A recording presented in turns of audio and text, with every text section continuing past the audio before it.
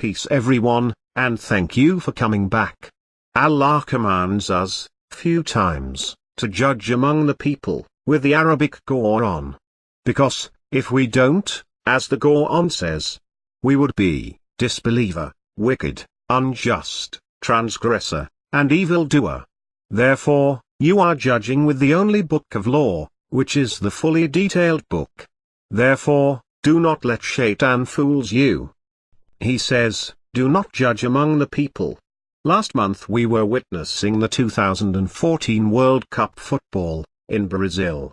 And those alien children migrated from Honduras to US. Now, pay attention, how Allah gets revenge. Poor people in Brazil said to their president, do not spend billions of dollars for this football stadium, we are living in poverty, and we need foods, and hospitals, and so on. But their president ignored her poor people. Then as a consequence, Allah made them lose the game, and caused them to be embarrassed and humiliated in front of all the people in the world, to the point that they were all crying, and we all witnessed them. And then in US, poor people said to their president, we need help. We have 50 million hungry relatives waiting for their next meal.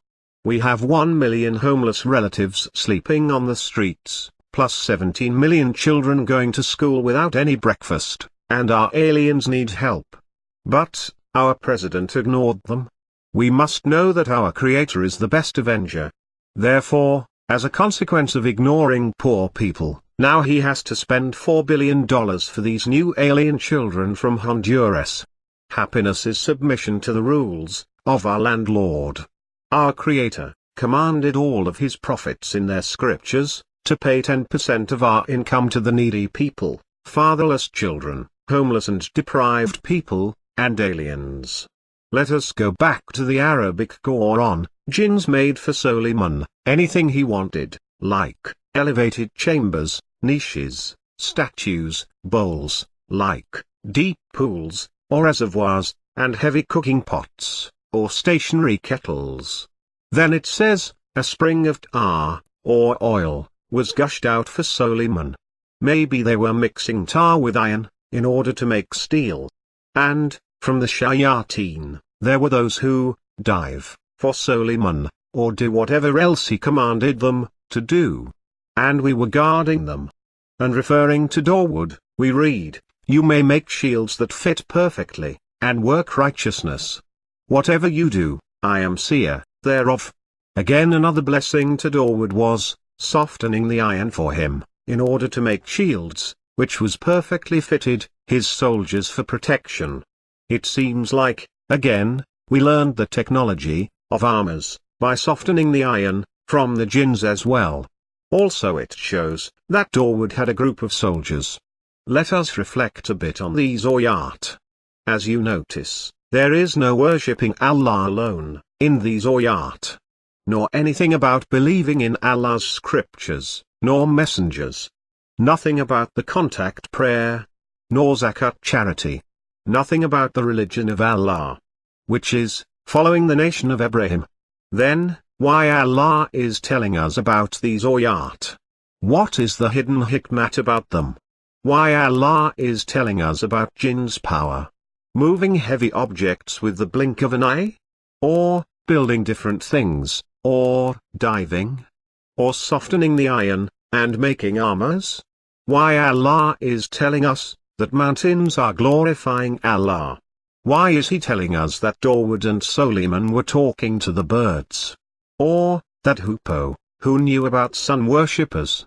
And how he knew about Allah's system? Yet, we thought that the Arabic Quran is only for teaching us our religion, and how to worship Allah. Now we know that Allah cites every kind of examples in this Arabic Quran. And these are all information and signs from Allah, for us, in order to be educated.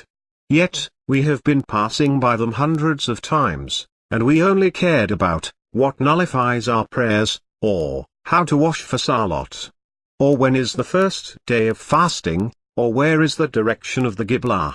This shows that, how illiterate we are about the hidden knowledge in the Arabic Quran. Have you asked yourself that how those jinns knew how to move heavy things around? Where did they learn how to build buildings, elevated chambers, niches, statues, bowls, heavy cooking pots, and also diving? And then, why those two angels from among the shaitan gave us the knowledge of voodoos, while they were among the angels? Here is the reason. Allah is showing us that shaitan used to perform all of these activities up there before coming over here. So, if they could perform these jobs over here, that means our environment is not much different from up there. Do you see my point? That means they were using the same knowledge which they had learned up there. But we learned from them only the things which was possible to learn at any given time. Like those glasses look like water, which they paved the courtyard of Saba's palace with. But we received that information 3,500 years after. Like the binary numbers, which was shown to us around 2,000 years ago. But we had to wait for other discoveries to come down, in order to build computers. Therefore, maybe someday, humans could move around heavy things with the blink of an eye. Also it shows that over there, they had oceans as well, so shaitan could dive. And the reason those two shaitanic angels taught us voodoo was because we learned voodoos from them when we were up there. But when we came down here, Allah made us forget everything. That was why those angels from Iblis' side came down in order to teach us that knowledge again. And that knowledge was not something that our guardian angels would drop on us, because angels are going to protect us, not harm us. These ayat are showing us that mountains were glorifying Allah when they were up there, and that we used to communicate with all of those different creatures, as Dawood and Suleiman did, with angels, birds, jinns, and mountains. Therefore, Allah is giving us information from the place where we came from. We learned that angels were the submitters among us, that is why Allah allows them to work in His kingdom. And then, things, and animals, were submitters as well, after angels. And only humans and Iblis were the unappreciative ones. Thank Allah for showering us with all of these hikmat. Here are some more unbelievable, awesome powers given to Suleiman by Allah. As we read, for Suleiman, we committed the wind, gusting and blowing at his disposal. He could direct it, as he wished, to whatever land he chose, and we blessed such land for him. We are fully aware of all things, and others bound in chains.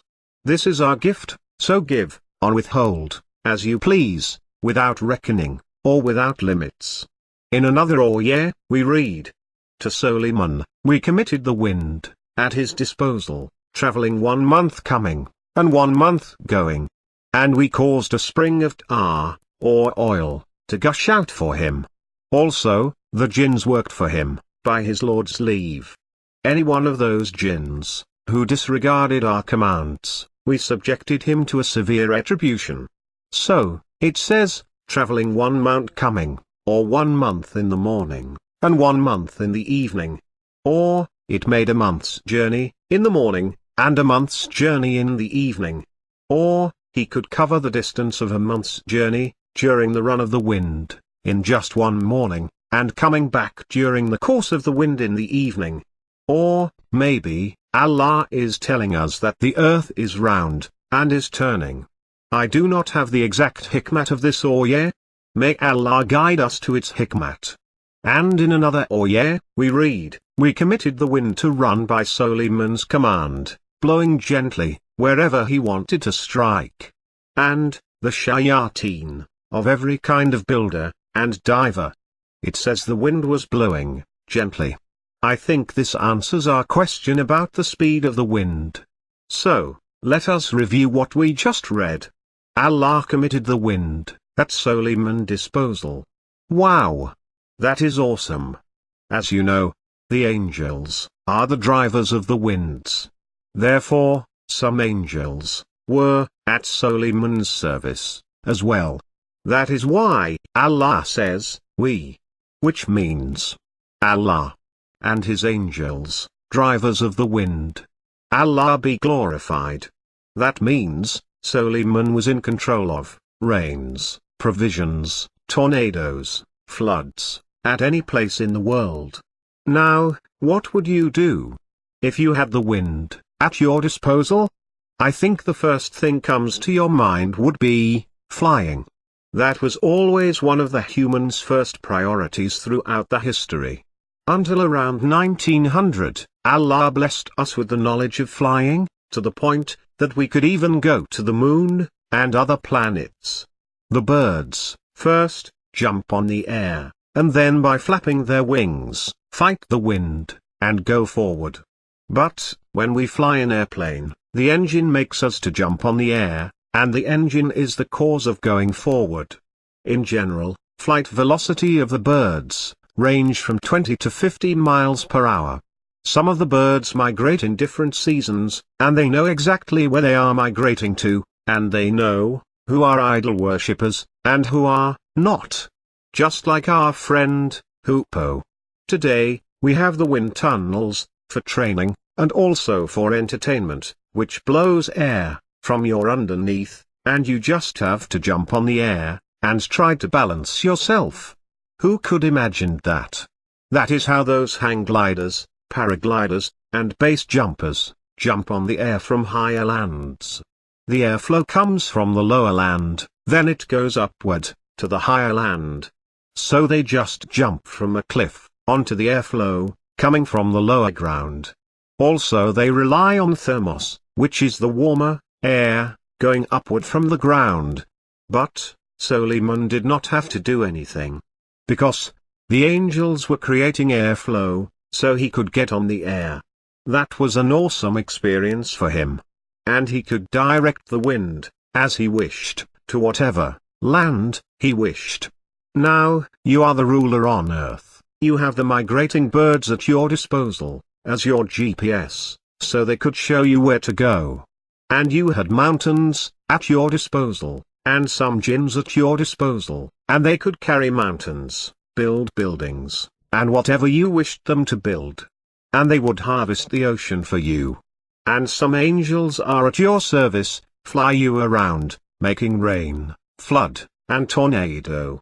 Therefore, you would not going to sit in one place, you would travel the world as Allah commanded them to travel, with all of these powers, given to them by our Creator. As the ayah says, O family of David, work in order to show your appreciation. Only a few of my servants are appreciative. So, Allah gave them all of those powers, and He asked them, work. And if they did not work, they would be unappreciative. As you know, the main job of a messenger is conveying the message of Allah, and the signs from Allah, to all the people in the world.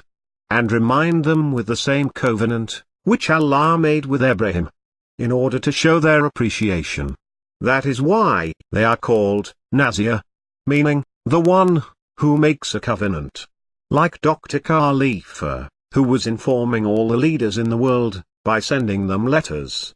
Here is one example, which he sent to the Ayatollah Khomeini, when he was alive. Because the word, tell them, was repeated 332 times in the Arabic Quran. But, they thought, messenger, is the same as a prophet. Because they do not read the Quran. So, these father and son, were traveling by the air, and by the ground, with their crew, to different parts of the world, and they would tell people, we are the messengers of Allah, and we invite you to worship Allah alone, and follow from the nation of Abraham. Then, people would reject them, as usual. Just like any leader on earth would do. Such as Pharaoh, asking Musa, to show him a sign. Or that king, who were questioning Abraham, about Allah. Then, with all of those powers, that they had under control, they would show them unbelievable miracles. In order to be a sign, from Allah. In the next tape, we are going to travel with Dawood and Suleiman, inshallah. Peace.